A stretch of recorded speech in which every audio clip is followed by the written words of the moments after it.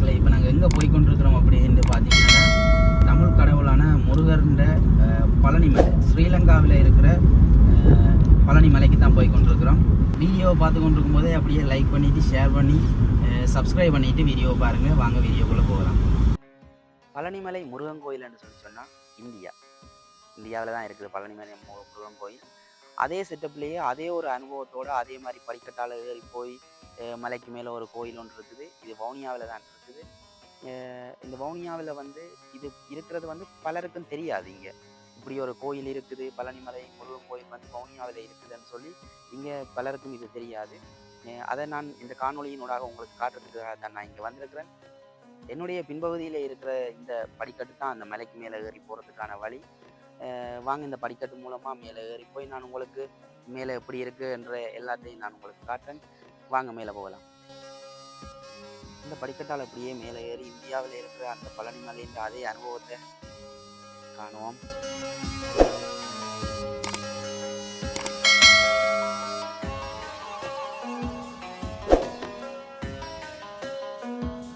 நாங்கள் இந்த படிக்கட்டை எண்ணி கொண்டு தான் போய் கொண்டிருக்கிறோம்.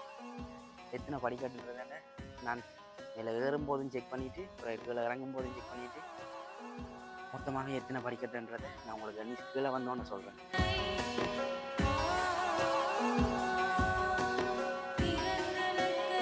இன்னும் மேலே போக அப்படியே இன்னும் நல்ல ஒரு வியூ ஒன்று கிடைக்கும்.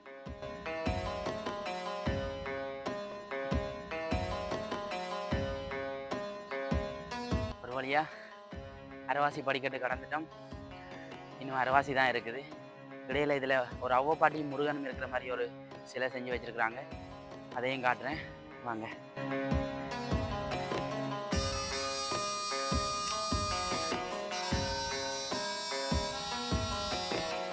இங்கே இப்படியே பார்த்தீங்கன்னா தெரியும் வவுனியாண்ட நேச்சர். அப்படியே இந்த மலையிலேருந்து ஃபுல்லாக உங்களுக்கு மலையிலேருந்து நீங்கள் பார்க்கக்கூடிய மாதிரி இருக்கும். அப்படியே நேச்சரை வவுனியாவில் இருக்கிற குளமாக இருக்கட்டும், மலைகளாக இருக்கட்டும், அதில் ஒரு மலை தெரியுது பாருங்க. குளமாக இருக்கட்டும், மலைகளாக இருக்கட்டும், வயல்கள் எல்லாமே இந்த ஒரு இடத்துல இருந்து நீங்கள் பார்த்தீங்கன்னா நல்ல கிளியராக உங்களுக்கு தெரியும்.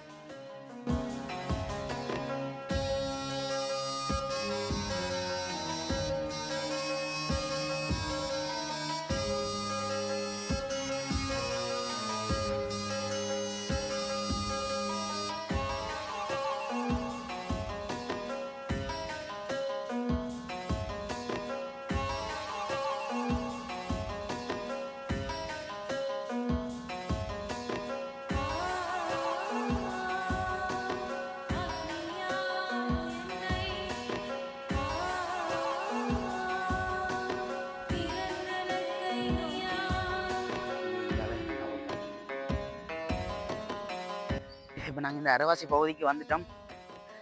இந்த அரைவாசி பகுதியில் இந்த அவ்வப்பாட்டி முருகனை நிற்கிற மாதிரி ஒரு சிலை வச்சிருக்குது. இந்த அவ்வப்பாட்டியையும் முருகனையும் பார்க்கக்குள்ள இது எந்த கதையை மையமாக வச்சு இங்கே வச்சுருப்பாங்கன்னு நான் திங்க் பண்ணுறேன்டா. அந்த அவ்வப்பாட்டி முருகனை பார்த்து பழங்கக்க அவர் சுட்ட வளம் வேணுமா சுடாத வளம் வேணுமான்னு கேட்குறேன். அந்த ஒரு கதையை மையமாக வச்சு தான் இது வச்சுக்கப்பட்டிருக்குன்னு சொல்லி நான் நினைக்கிறேன். சரி, ஓகே, வாங்க மேலே மீதி பகுதிக்கு ஏறலாம். வாங்க.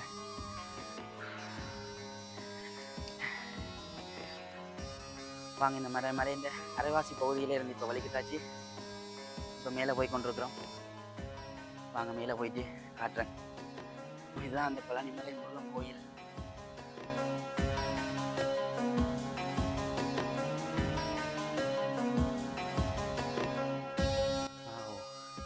இங்கேருந்து சூப்பர் வியூ ஒன்று கிடைக்குது. இதில் பார்த்தீங்கன்னா தெரியும்.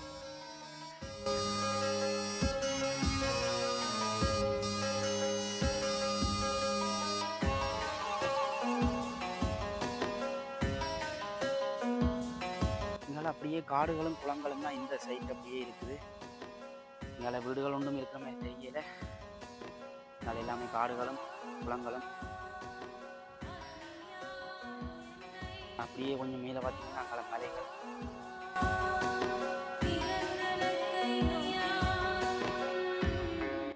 அதில் பார்த்தீங்கன்னா அதில் ஒரு கோயில் உண்டு. இந்த கோயிலை பார்த்துட்டு அதை கொண்டு நான் உங்களுக்கு காட்டுறேன்.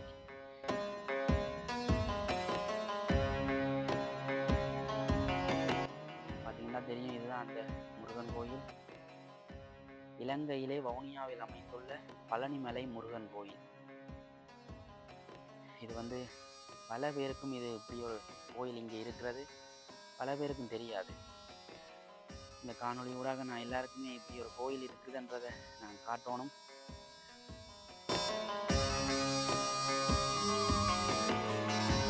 சுற்றி வர வவுனியா டிஸ்ட்ரிக்டே அப்படியே தெரியுது. இந்த பக்கம் அப்படியே காடுகள்.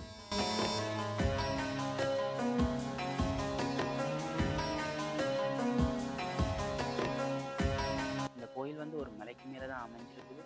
இந்த கோயில் அமைந்திருக்கிற இந்த மலை வந்து மூலிகைகளால் ஆன மலை சொல்லி சொல்கிறாங்க.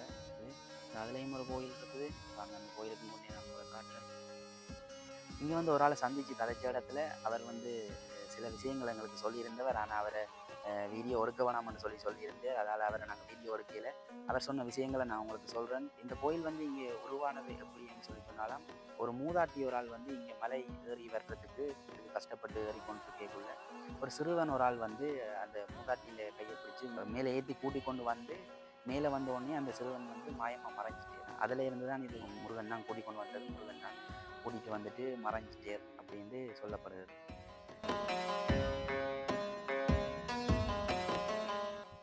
அந்த கோயிலுக்கும் அப்படியே போவோம். அதை உங்களுக்கு கொண்டே காட்டுறேன். மாடுகள் மேலே வந்திருக்கு. இங்கே நாங்களே ஏறி வர கலைக்குது, இது எப்படி மேலே வந்திருக்கும்?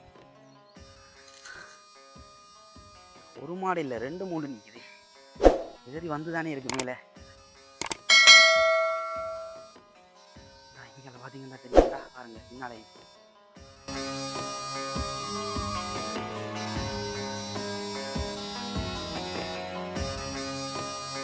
பெரிய மலையில மாடு ஏறி வந்துருக்கு. அங்காலையெல்லாம் நிற்குது கீழே.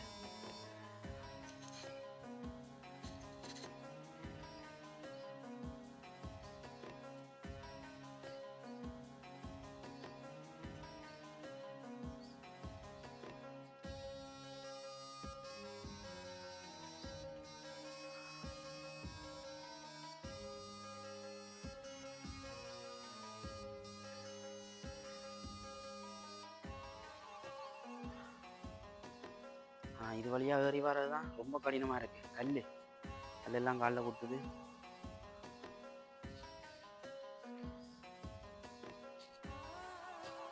இதுதான் அந்த பழனிமலை கோயில். அங்கேருந்து நான் இந்த கோயிலை உங்களுக்கு காட்டினேன். அங்கேருந்து இந்த கோயிலை காட்டினேன். இப்போ இங்கேருந்து அந்த கோயிலை காட்டுறேன் பாருங்கள். இந்த கோயிலை நீங்கள் வந்து பார்த்து வணங்கி தரிசிச்சுட்டு போகிறதா இருந்தால் எப்போ வேணாலும் வரலாம். அப்படி இல்லை, நீங்கள் திருவிழாவுக்கு வரணுமா இருந்தால் 7ஆம் மாதம் 31ஆம் தேதி இந்த கோயிலிൻ്റെ திருவிழாவாம். 7ஆம் மாதம் 31ஆம் தேதி நீங்கள் வந்தீங்கன்னா இந்த 7ஆம் மாதம் 31ஆம் தேதியிலேருந்து 10 நாட்கள் திருவிழா நடக்கும். இந்த 10 நாளுக்குள்ளே எப்போ வந்தாலும் இந்த திருவிழா டைம் கோயிலில் வந்து வணங்கணுமா இருந்தால் அந்த டைமுக்குள்ளே வாங்க.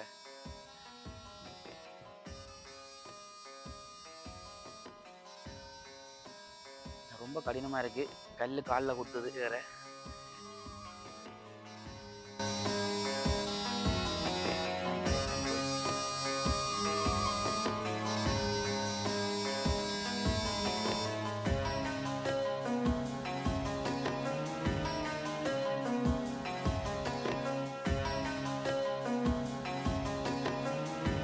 சரி, ஓகே, வாங்க இப்போ இறங்கி கீழே போவோம்.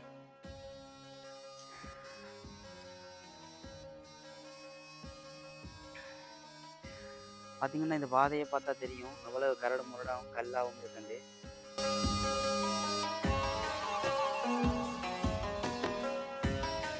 இங்கே இருந்து அப்படியே அந்த கோயிலோட வியூவை பாருங்க எப்படி இருக்குன்னு. அதனால் அப்படியே சன்செட் சூப்பராக இருக்குல்ல வியூ.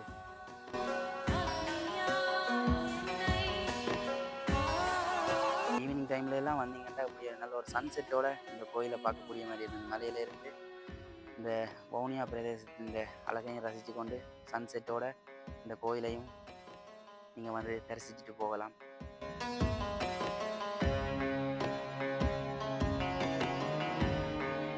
இப்போ நாங்கள் இறங்கி கீழே போய் கொண்டிருக்கிறோம். அந்த கோயிலை உள்ளே போய் எடுக்கலாது. நாங்கள் வீடியோ எடுக்க அலவுடு இல்லை, அதான் அங்கே உள்ளே கொண்டு போகல.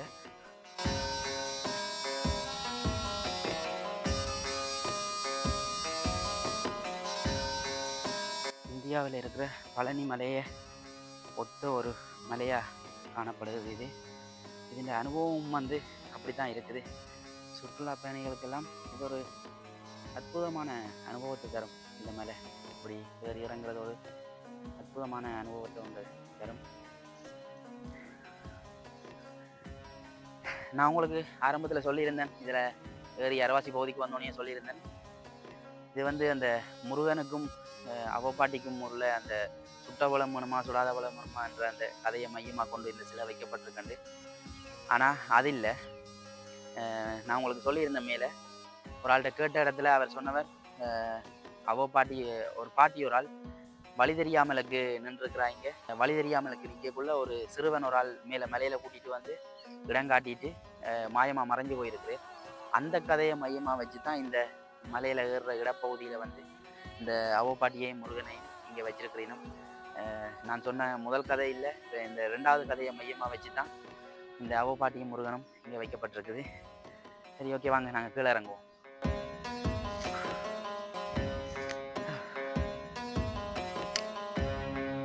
ஏழாம் மாத இறுதியில் வந்து இங்கே திருவிழாக்கள் நடக்குது.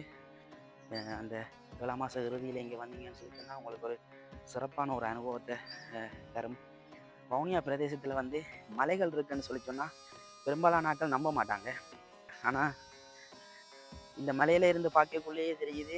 நான் உங்களுக்கு காட்டியிருப்பேன், நிறைய மலைகள் இந்த மலையிலேருந்து பார்க்கக்குள்ளேயே நிறைய மலைகளை காணக்கூடியதாக இருந்தது. இங்கே உண்மையிலேயே வவுனியா பிரதேசத்தில் இந்த பழனிமலை முருகன் கோயில் வந்து சுற்றுலா பயணிகளுக்கும் சரி, குடும்பமாக வந்து வழிபட்டு போராக்களுக்காகவும் சரி ஒரு சிறந்த இடமா இந்த இடம் அமைஞ்சிருக்குது.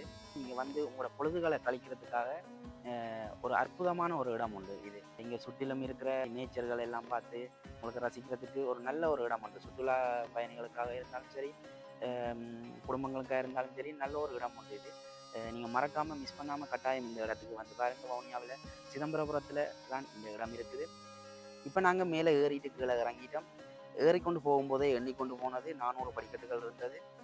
திரும்பி வரும்போது எண்ணி பார்த்துட்டு 400 தான் இருக்குதான்னு சொல்லி ஷுவர் பண்ணிவிட்டு அதுக்கப்புறம் சொல்லுவோம் மட்டும் தான் நான் இந்த வீடியோண்ட இறுதியில் சொல்கிறேன். இறங்கி வந்த பிறகு மொத்தமாகவே இந்த படிக்கட்டு 400 படிக்கட்டுகளை கொண்டதாக இருக்குது. ஏறி இறங்குறதுக்கு 400 இல்லை, ஏறுறதுக்கு மட்டும் 400 படிக்கட்டுகள். உண்மையிலேயே கன பேருக்கு இப்படி ஒரு இடம் இருக்கிறதுன்றது வந்து தெரியாது பெரும்பாலும். அதனால் இந்த வீடியோவை கட்டாயம் ஷேர் பண்ணுங்கள். ஷேர் பண்ணி கன பேருக்கு இப்படி ஒரு இடம் இருக்குதுன்னு சொல்லி தெரிய வைங்க. ஓகே மக்களே, நான் மற்றும் ஒரு வீடியோவில் நான் உங்களை சந்திக்கிறேன். வீடியோவை லைக் பண்ணி ஷேர் பண்ணி சேனலை சப்ஸ்கிரைப் பண்ணிடுங்க. பாய்.